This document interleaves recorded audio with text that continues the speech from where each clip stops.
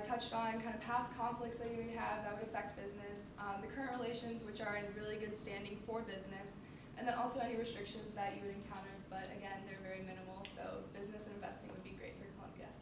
So now I'm going to pass it off to Casey to talk about the government. Okay, hi, my name is Casey. I'm a government official. I am going to talk to you today about the type of government Columbia has, the foreign relations they're involved in, and the corruption they are monitoring. The Republic of Colombia is a representative democracy. They have a central government and a separation of powers. Their separation of powers is 3 branches. The executive has their president, and the president is Juan Manuel Santos. Their judiciary has their Supreme Court, and their legislature has their Congress. Colombia has over 46 million citizens and has the second largest population in South America. So with that being said, their government is very well engaged with their big population. And Colombia is Latin America's oldest and most stable democracy. So their foreign relations, they're really involved with their foreign relations with other countries.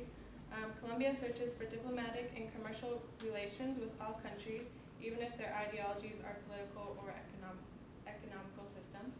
Colombia has joined the Union of South American Nations in January 2011, and they also joined the Community of Latin American and Caribbean States in December 2011. Colombia has routinely played a active role in the United Nations and their subsidiary agencies. And their positive corruption, Transparency International ranked Colombia 94th out of 175 countries in the Corruption Perception Index. In 2011,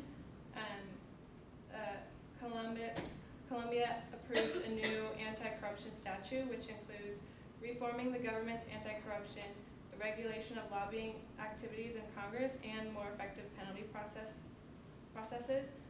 Colombia has been making improvements in the e-governance in 2011. And to wrap up what I talked about the type of government Colombia has, the foreign relations they're involved with, and the positive corruptions they're monitoring. And to wrap up what we all talked about, Malika started us off with the infrastructure and how improvements will benefit Colombia's economy. Then Cesar talked about the culture and business traditions in Colombia. Marissa talked about demographics, which consisted of the location, resources, and information about the population. Alexa talked about Colombia's overall economy, Colombia's peso, and their main exports. And then our other Alexa talked about past conflicts between Colombia and the U.S., current relations, and restrictions a business may experience. And then I talked about Colombia's government, its foreign relations, and its positive corruption. We recommend you do business with or in Colombia. Thank you. Do you have any questions?